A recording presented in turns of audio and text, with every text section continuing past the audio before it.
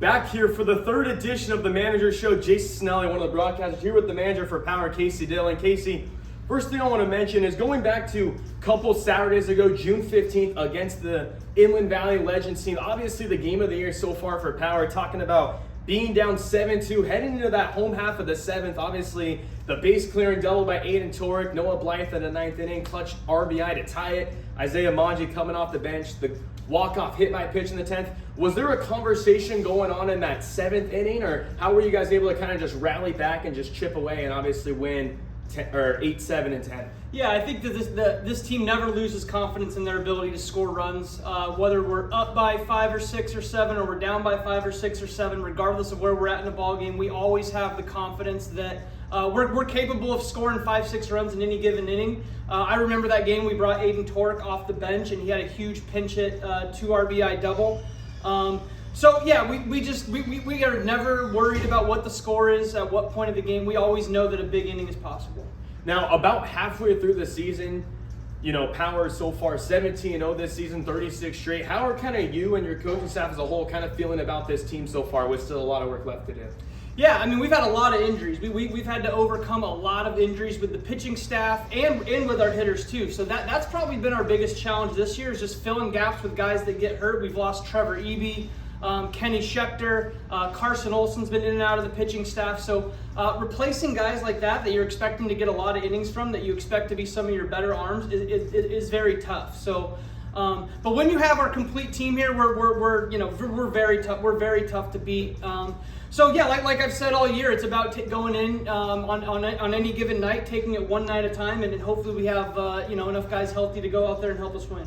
Now, talking to a lot of pitchers on the Power roster, they've said that they've pitched with the lead for most of the season, especially at home. 12 out of 15 games, Power have scored first in home games. How is it awesome as a pitcher to come in on the mound and kind of know that you can go in there and you have a big lead to work with for most of the games, and you can just go out there and just do your thing, and the offense and the defense will have your back? Yeah, it takes all the pressure off of the pitchers. And you said it right there. Not only is it us scoring a lot of runs and getting ahead early, but the defense has played phenomenal behind these pitchers. So there's not a lot of pressure on our pitchers. If they throw strikes, if they force balls to be put in play, our defense is going to make the play. And then of course Palm Springs Stadium is a pitcher's ballpark. 350 down the line, and the wind is always blowing in from left. So you want pitchers that throw strikes and that force contact, and you got to have a great defense behind them, which we do.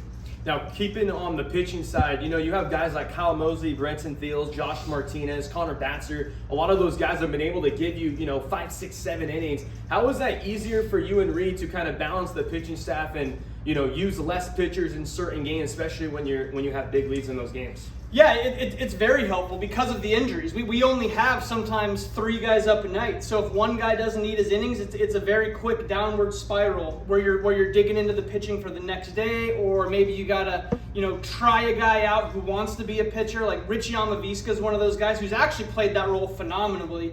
And he was a guy where it's like, let's try him out as a pitcher. We're gonna need some guys to eat some extra innings, and he's done great in that role. So that's a great find for us. But yeah, when you have pitchers that go deep into the ball game, it just makes it that much easier to take the pressure off of the back end of your bullpen and kind of push the pitching staff down the road to future games. Now, last question, going on to tonight's game. Obviously, last time you'll face the Legends, 5th and final time this summer, and obviously this being the team that was the one team to beat you guys last year, how can you finish the season finale strong against them tonight and continue to go for your 10th win in CPCL this year? Yeah, they were the team that beat us once last year, and then they gave us our best game this year. So, last game was a playoff-style atmosphere. Both teams wanted to win that game. There were some very intense moments. That was a playoff style atmosphere game, and we're going into tonight with that same feeling. We're expecting a very good baseball game against a team of guys that want to beat us. They know that how close that last game was, and so we're expecting another playoff type atmosphere game tonight. All right, that will be all for the third edition of the Manager Show. Jayce Cicinelli here with manager Casey Dill.